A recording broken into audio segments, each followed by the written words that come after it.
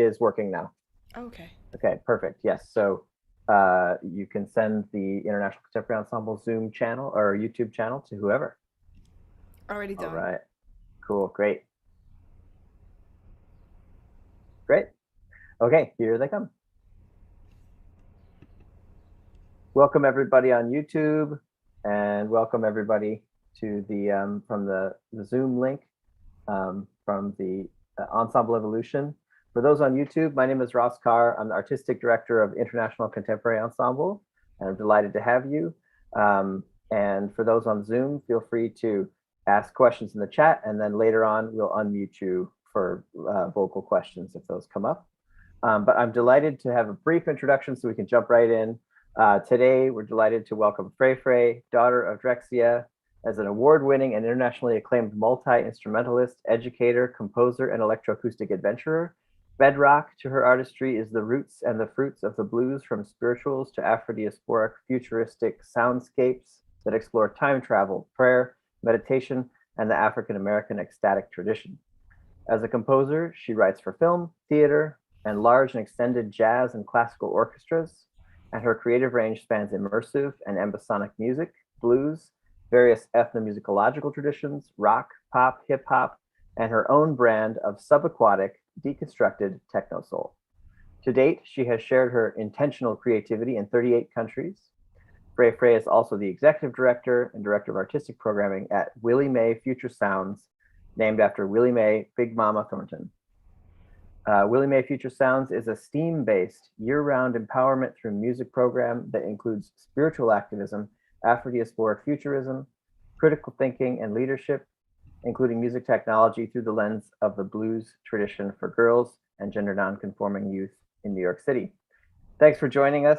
It's really awesome that you can be here, and thanks to Jennifer for making the introduction to our organization, and I'll let you take it from here. Welcome. Thank you so much, Ross. It's nice to see you on the Zoom. It was nice to meet you in person the other night. I'd like to thank the International Contemporary Ensemble, express gratitude to Jennifer Kessler, who rocks. And so I want to talk about what I experienced in the last year working as a teaching artist, which wasn't the expectation that I have, but one of my favorite armchair philosophers says, when the dookie hits the fan, turn off the fan. And when this thing jumped off last year in 2020, with the pandemic, and all of the things going on socially and politically, um, uh, Willie Mae, I was in a new position with this organization, Willie Mae, and we had school partners that I needed to maintain. So we immediately jumped on Zoom, which all of you realize is not the most ideal place to try to create music. But what ended up happening for me, in my experience, our school partnership schools, the girls are 98% black and brown, on the poverty line before COVID hit. And the level of trauma that the students were experiencing, not just from everything going on in the world, but even from remote learning. Um, some people didn't want to turn on their cameras because they couldn't get their hair done. You know, some students lived in spaces that they weren't proud of to have seen. Some students were in the same, trying to learn with headphones on in the same space with their grandmother watching Maury Povich on the loudest setting because she doesn't hear very well. And somehow also, I didn't want to say, oh, well, we're not going to do it, because we were prepared to have teaching artists go into school and teach bass, guitar, songwriting, but this wasn't that kind of year, you know. And so this was where the improvisation came into play for me, because I had to figure something out. And one of the things that I started doing personally was I doubled down on a very aggressive gratitude practice. Now, everyone knows that it's good to be grateful. But I really decided to just put the rubber to the road and test it out myself. And I started because lockdown happened for me in April, and I lived alone. Now I live with my Chihuahua, who just suddenly got active as soon as I start talking. And I started writing in between tasks what I was grateful for, because I knew that this was going to be a long run. If I couldn't believe it, because everybody in the gig world was saying, well, let's see what happens in 2 weeks. Let's see what happens in 2 weeks. But the news was like, this is going to be 6 months to a year. So immediately we started having art shares and figuring out different ways to use the Zoom. And we had a art share for Breonna Taylor's birthday. And what we realized is that the students had a lot to say. And I threw all of the lesson plans out the window and started holding space for the students to share. We went through the summer and then came back in the fall, and the schools looked at us saying, well, what are you guys going to do? Because we're not going to have any music classes for the students. And this is where I suddenly realized that so much of our music focus is around performance and creating around skills. And I decided to lean into that other side of music, which has to do with healing and building community.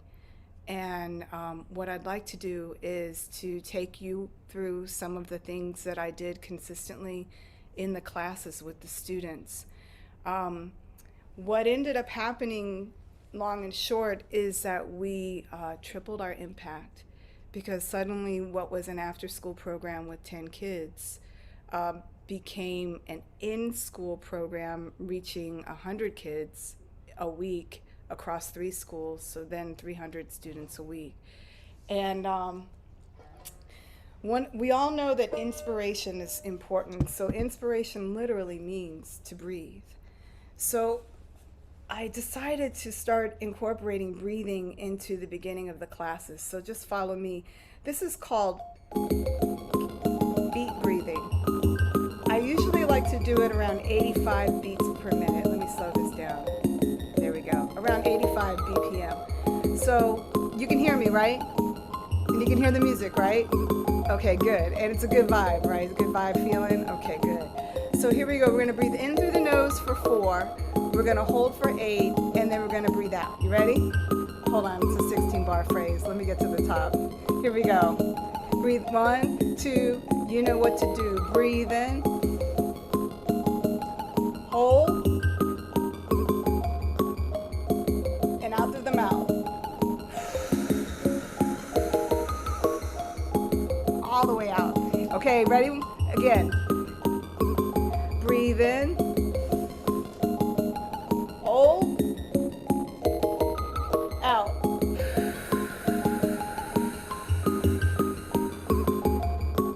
One more time. Here we go. Breathe in. Hold. Breathe out.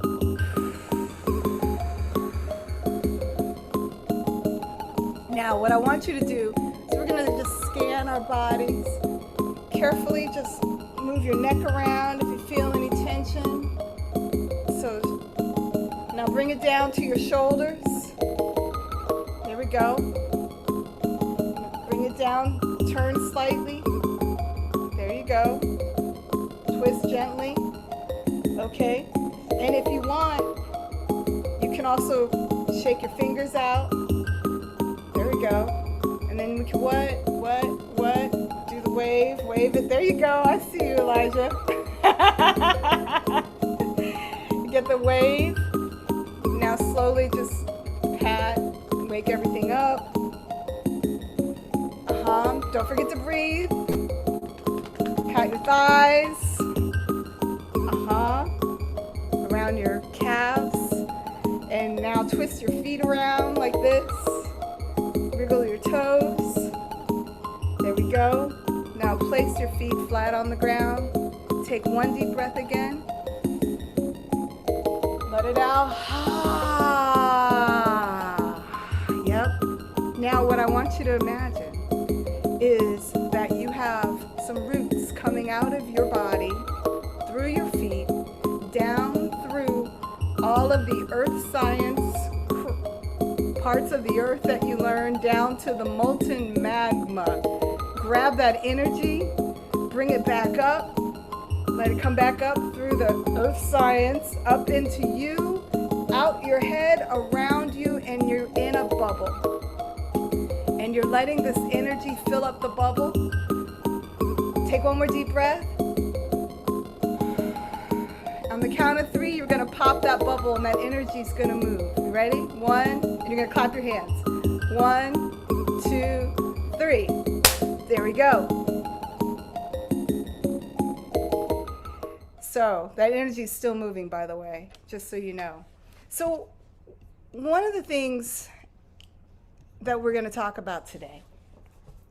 Well, how's everybody feeling? How are you feeling?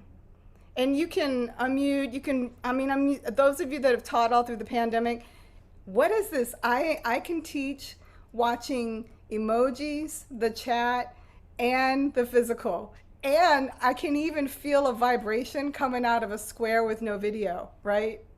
Yeah. That's the pandemic. That's the new normal for us. So, what does it mean when I say raise your frequency and curate your vibe? What do you think I mean when I say that? What does that mean to you?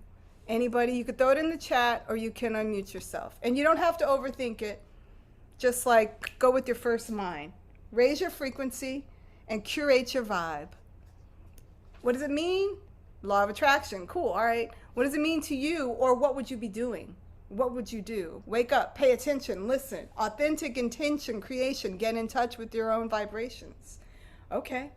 All right. Fantastic. So I'm going to show you an image that it's a stock image that I've been using. Can you see this image? Let me stop sharing and make it big. Okay. Apologies. This is just like teaching in the pandemic. All right. So basically, you can see this image. Now, these numbers represent hertz, and hertz are waves, right? And so, how many hertz is fear? You can unmute or put it in the chat. At this point, if you want to unmute yourself, it's cool because I can't see the chat. 100. 100. Okay. What about grief? 75. 75. Okay. So what about acceptance? 350 hertz, right? And love? 500. 500. Okay. And does anybody know where gratitude starts? Anybody? So Maybe. Go ahead. I was gonna say somewhere between 400, between 540 maybe. Yeah, to my knowledge, gratitude really kicks in and starts getting good around 741 hertz. But it starts peaking around 700. Now here's the thing. Now this is, not everything is super binary. So just because these feelings are lower hertz, they just are. They're not bad. They just are. And these aren't better, they just are. And these are the colors that also vibrate at that frequency, right? So when you shift, if you want to shift your frequency, all you simply do is, if you're down here like around 100, start acting out something around 700 or 400 or 432. So gratitude is a great tool to use. And what I'd like to do is I'd like to play a game called Gratagories, very similar to Scatagories. So what we're going to do is we're going to keep this simple so that we can move through these exercises. I am going to give you 60 seconds to write down 5 things that you are grateful for. Hold on. 5 things that you are grateful for that start with the letter R. And you can put them in the chat. 5 things that you're grateful for that start with the letter R. Ready? And don't overthink it. Just go with it, your first mind, and go.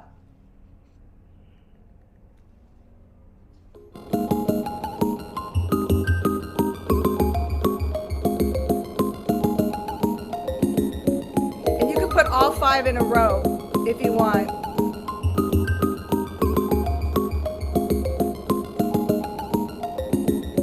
Seconds.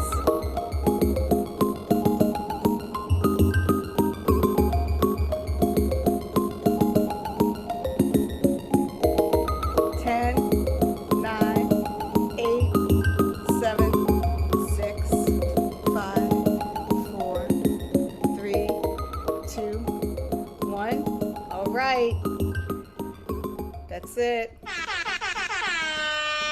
All right, so we have, I'm going to read these off. We have revelation, ragu, reason, raisins, rhythm, raw fish, roving, rain, raise, realness, red rocks, radicalism, reason, real, raise, roaring, ripeness, realness, running, rain. Fantastic. Let's see, reading, rays of sunshine. Fantastic. Oh, ramen. Ramen always comes up with R. And I totally feel that. Rivers, rarity, rabbits, rodeos, resting, reality, rain. Okay, fantastic, fantastic. So we could really keep going on this, but I wanna move on to another one. Okay, so I want you to think of a sound that you just love, a sound that just touches you, right? And a sound that is really kind of who you are. What sound represents who you are today, right now? Throw it in the chat. What is the sound that represents you right now? Let's see. Humming. Wife's voice. I love it. Wind, birds, cicadas. Okay. Percussions, nice. Air conditioner, hey. Sound when the bubble pops. Moving, wind and water, ocean waves. Yeah, that's mine. Ocean waves, human body. Okay, fantastic. Now we're gonna do categories. 5 sounds, right? 5 sounds that you are grateful for that start with the letter S. And I want you to be as descriptive as you can be. So you could say sharks, but you could be like sharks swimming in summer, and you do get extra points for the alliteration, but it's not necessary. So 5 things that you're grateful for, sounds that start with the letter S. You have 1 minute. Go.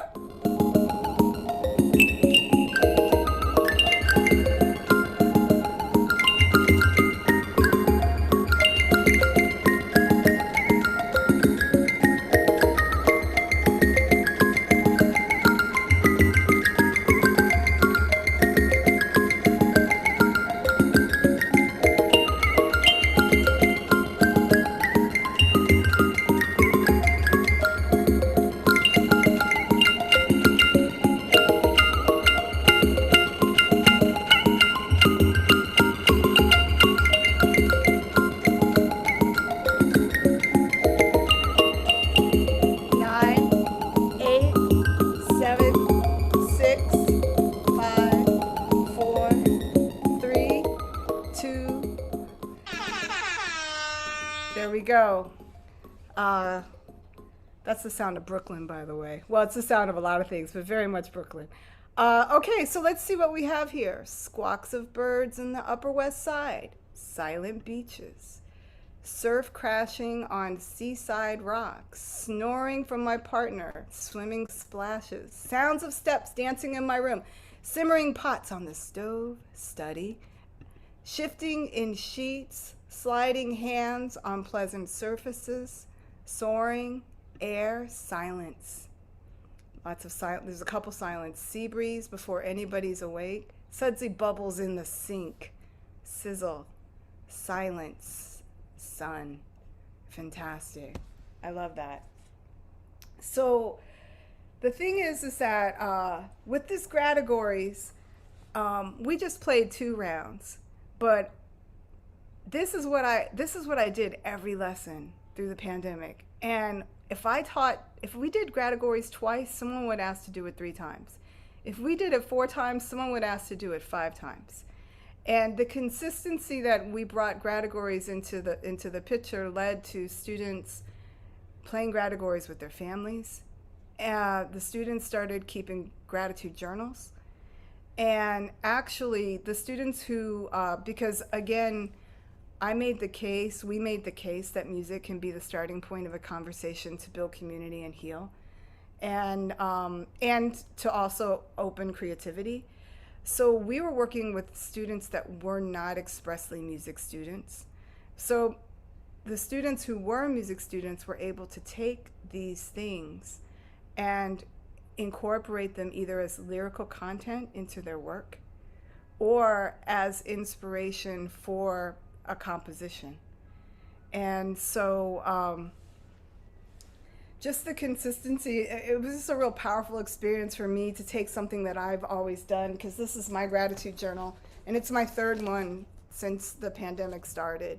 And I honestly write, and I can say this, I've done this multiple times a day, like without fail. And the shift in myself and in my students has been phenomenal. I want to share with you a Padlet that has some student reactions from the end of the year. And it's funny too, because it felt a little strange, because I'm not trained as a music therapist. And isn't it interesting that we separate music and music therapy? But I understand the reason for that pedagogically. However, technically, that's really what we're doing if we're working with people. I love that the students made their own. One student said, use these memes. One student said, it helped me to be more positive. With gratitude game, it gives me something to write and look at the things I'm grateful for. One of the things we really worked on was the science of sound. And Destiny here said, one particular class, LaFrae taught about how frequency waves alter and influence the way people feel. I always knew that music affects people's emotion, but to learn the science behind that was so cool. Created a more positive outlook on things. My whole approach to this was, I really wanted to leave the students with a tool that they could access and share with their siblings or their families or with themselves. And it became normalized to center ourselves, to connect with breathing, and then go into the lesson, and then do a reflection. And I know that I will never approach teaching the same way again as a result of this experience. Another one that I want to take you through that was super fun was called What a Concept. So usually when I'm working with young people, they might have an idea of what this is, but I'm going to speak at you like you're the students. So this is a concept album, and this is one of my favorite artists, one of the mothers of Afrofuturism, diasporic futurism, Alice Coltrane.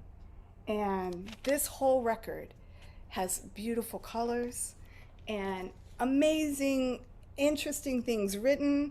And when I was younger and I used to sit at my record player, I would read all the liner notes and really go deep while listening to the song. And every song is connected to a concept. And the concept for this particular record is spirituality and interconnection.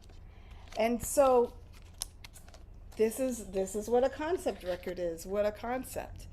So what I'd like you to do is I would like you to think of a lesson that you know now, an important lesson that you have learned as an adult, and you are going to make a concept record illuminating that lesson. And then you're going to time travel backwards to your younger self, and you are going to deliver your concept record to your younger self. So this is also one of those overthinking, don't overthink it. Go with your first mind, okay? So what I'd like you to think about is, What is the name of your concept record? What does the cover art look like? Can you describe it? And describe what the music sounds like without referring to a genre. Okay, so you're going to take a lesson, something impactful that you have discovered at this point in your life that you are going to create a concept record illuminating. And you are going to time travel back to your younger self. And you are going to give yourself this record. So the question is, what is the title of the record? What does the cover art look like? And can you describe the music? So one of the students that I did this, when I did this particular exercise, the girl said, okay, the title of my record is Fall Down But Get Up. And I was like, okay, so what does the cover look like? And she said, well, I really like the color blue and I really like the planet Saturn. So it's going to have a blue background. It's going to have Saturn. And I'm like, well, what does the music sound like? And she was like, well, it's going to be kind of bumpy and then like fast and then have some smooth parts. And for students that understand or might know instruments, I'll say, well, what kind of, what's making it smooth? Oh, the strings. Where does the bumpy sound coming from? Extended technique or something. So I'd like you all, actually, if somebody wants to raise their hand, this is an unmute thing. Or I could I'm going to call on Dorothy Chan. Hey, Dorothy, how you doing? I'm good. How are Good. you? Good, thank you. So what is the name of your concept record? I think I can't really think about like a very concrete title yet, but I think it's something along the lines of like search for the thing that you really like and not what other people tell you should be doing, like something along those lines. Okay, great. Yeah. And what does your cover art look like? Um, I really like materials like wood color, like wood grains, or something also maybe metally. So maybe it's like a little abstract of those two things. I don't know. Fantastic. Oh, great. And what does the music sound like? Is it an EP? Are there lyrics? Um, I feel like when I was younger, I enjoyed a lot of music that has words to it because I think maybe it's more transparent. But now, I don't know. Now I feel like I feel differently. So maybe it would be something that doesn't have words and maybe it'll spark something in my younger self. Yeah. Fantastic. Yeah. All right. Maybe it's like Thank a you so fun much. thing, like a little like acoustic thing, but also with like 8-bit sounds or something like that. I don't know. Like Okay, something like yeah, this. talking my language. My Yeah. language is 8-bit synth. I love Yeah. 8-bit sound. I Yes, love it. I'm an 80s kid, so fantastic. All right. Thank you so much. How about Alexander Davis? I see you. Hey, Hi, Alexander. loving this already, loving this whole entire lesson. So what's the Um, name of your concept record? I think I would call it like cloud chaser. I think, Cloud chasing. yeah, either cloud chasing or cloud chaser. Okay. The front of it would be very like almost like devil tricking or like old school, like a demonology reference or some cultural references, like surrounded in like a paradise or enticing something like that. Okay. Means. It would. I don't know. It would sound. I don't know what it would sound like yet. I mean, something smooth in the beginning, like everything's all good, like very like you think this is your groove, and then as you keep going, you're tripping over the groove, and then you realize it's not yours eventually. Something in that concept. Yeah. All right. Very cool. Um, and I mean, we're a little older than the students that I might have worked this lesson with. What age would you be delivering it back to yourself? Like, would you be going back to being 10 or would you 5 or This would when do you think you get probably. this message? I probably would give this message to me at like 18, maybe Okay. 19. Okay, fantastic. All right. What about let's see. How about Stefan? Stefan? I'm not sure where to put the stress on your name. I apologize. It's usually Stefan, but Stefan is fine. Okay. And not a very artful title, but descriptive, good people around me.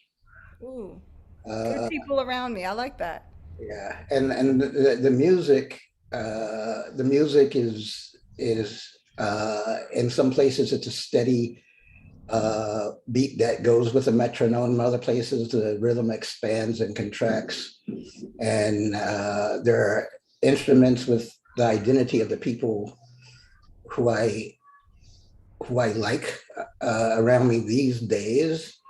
And I'm not sure what age, but it would be looking for uh, to telling myself to look out for such people and to build my world with such people. Oh, that's great. And the cover art, what would your cover art look like? The cover art right now is that's too a little mundane and people centric.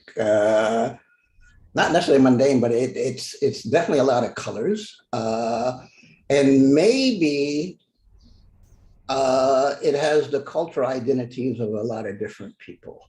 Okay. Yeah. Fantastic. Fantastic. So, I'm open to hearing about people's records more, but I just want to my takeaways for this year that I wanted to share by just kind of running you through the way that I would run a class. And this is how we're going to, as we train teaching artists for our organization, we're going to stick with this format. So would be just, it's time to normalize self-care in a creative space, period, you know, and we can do that. It is my understanding that many of you are teaching artists and composers. And even if you're not a teaching artist, if you're a composer, at some point you're going to work with people, potentially. At least that's been my experience. The other thing is just to be consistent. I know that like I had a voice inside of my head that was like, oh, they're vibing you. They don't want to do this. Like, you know, one student said to me like, oh, miss, you're so random. But then, but they really loved the lesson. You know, I just stuck to my guns and just kept showing up consistently with the same energy. And I think that there's something comforting in that, like repetition and clarity of how I'm going to hold the space when I'm facilitating. And the other thing that really started to come out of this, and I mean, we just flew through this, but for me, there's nothing higher than encouraging someone else to create with intention. And once someone has a real connection between joy and sounds or flavors or things that they love or that they're grateful for through that, then connecting that to sound or expression of any type creates creativity with intention. And that is the highest thing that I strive for personally. And that's the thing that I strive to kind of engender with the young people or people that I work with. I'm wondering if anybody has anything that they would like to add or any questions, or if anybody wants to tell me about their concept record, please go ahead and unmute yourself. And because I think we have probably like 10 minutes, so I wanted to leave time for. I'll take a crack at it. Who is that? Oh, Chai. Hi, Chai. Hi, Frey. Thank you for this. I don't know the specifics of but I have general places where I want to space these little things. Like I want it to be about gratefulness. Right, the title will be about gratefulness, because I realized while doing the previous exercise, I had a hard time. Naming things that I'm grateful for, and I realize that I keep on realizing with myself that I'm always like I'm not grateful enough, and as a result, like it's also makes me less careful of myself and self-care, because that gratefulness is not there. I don't anyway. And the album cover will be white, because once I stick it on my collection, white albums always stick out. just a white thing, and it'll be completely recycled material. And the music will be maybe a collection of just that's speaking, me playing all the broken instruments I play, recorded with wrong mic technique, and I'll deliver it to my 11-year-old self, because that'll be really shocking. And then it'll take like 6 years for it to grow in the head of that 11-year-old me. Oh, I love that, Chai. Thank you. And yeah, you brought up something that's interesting about gratitude, and that's what I just did was I flew you through the